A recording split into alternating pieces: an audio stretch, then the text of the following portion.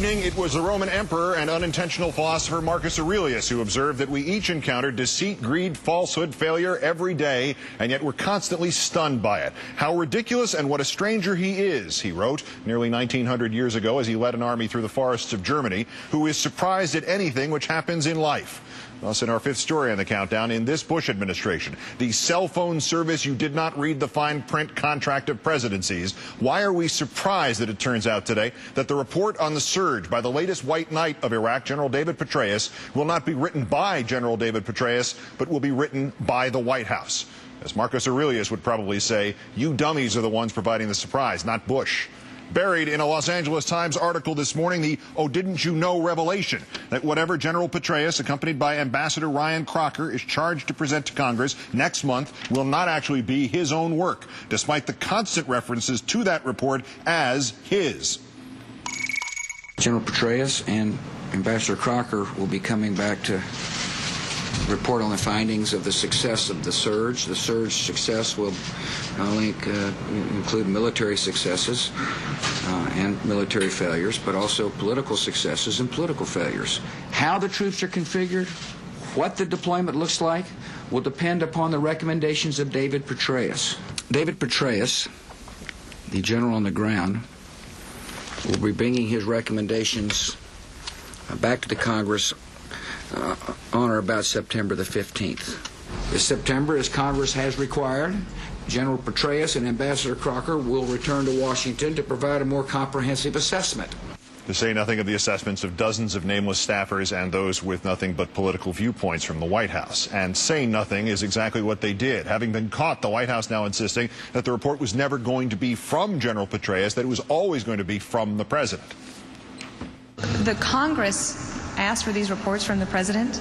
They asked for the president to report to the Congress. And so the July 15th report will be no different to the September 15th report in terms of how that worked. And the president has said that he's going to take the recommendations from General Petraeus and Ambassador Crocker, and then he will consult further before deciding on any possible next course of action.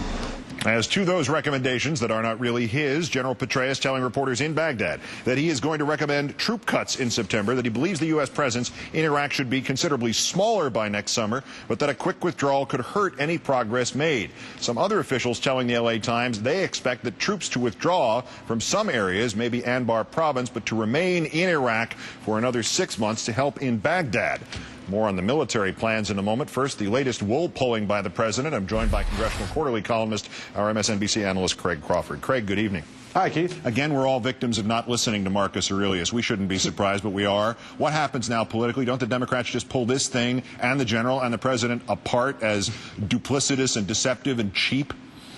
Well, and also, Keith, there are Republicans who are bound to be nervous by about this development, because many Republicans were using the prospect of the Petraeus report as cover way back in the last wave or two of votes on Iraq to say, we're going to wait for this report and then we'll make a firm decision. They were buying time for themselves before the next election to see where they needed to be. And then, on the other hand, Democrats were also using it to some extent with their own base voters. When they couldn't get enough votes to override vetoes, they were telling their liberal base voters, you know, once this Petraeus report comes in, Republicans will defect and we'll be able to override vetoes. And now it looks like none of that's going to happen. So what happens when a report with no credibility behind it, certainly no credibility of General Petraeus behind it, since he's not going to be the author, maybe not even the principal voice in it, what happens then to that whole series of dominoes that we're expected to go over from both sides in September? Is that whole reevaluation process in September still alive, or was it just knocked over?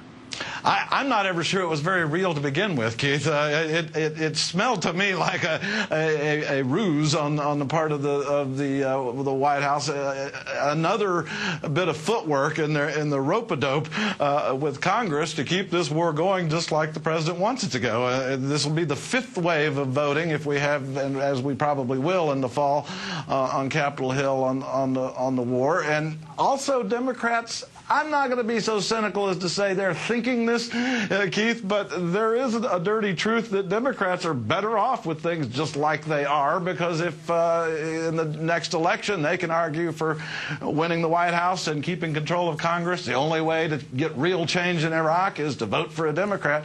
If they were actually to get a handle on this war and play a role in the management of it, they might lose that argument. But why then did the White House play into that aspect of this, given certainly the goodwill, whether it was forced or legit, that was being offered in terms of General Petraeus? He was being given credibility by both sides for whatever their motives were. Why did the White House not take advantage of this and, instead of buying time with counterfeit money, buy time with this general's respectability?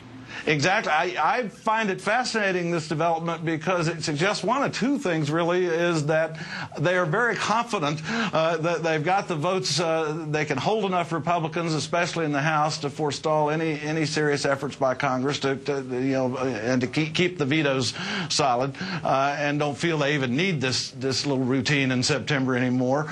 Or they began to see where Petraeus might be going with the report and feared letting him have too much control over it and wanted to get a hand in it. It'll be a little time before we know which of those it is. Do you think we're ever going to know what General Petraeus' actual assessment of the situation in Iraq is, an assessment that has not been whitewashed, politicized, or we might even just call it White Housed now?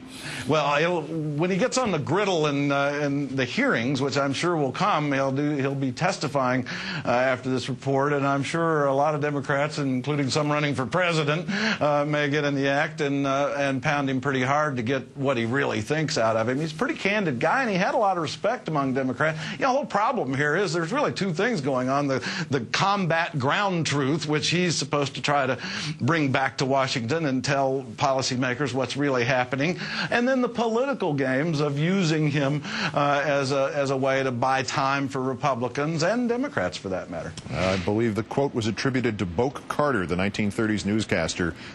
In war, truth is the first casualty, or in this case, it seems to multiply. Our own Craig Crawford, columnist for Congressional Quarterly, is always great. Thanks for joining us. Good to be here.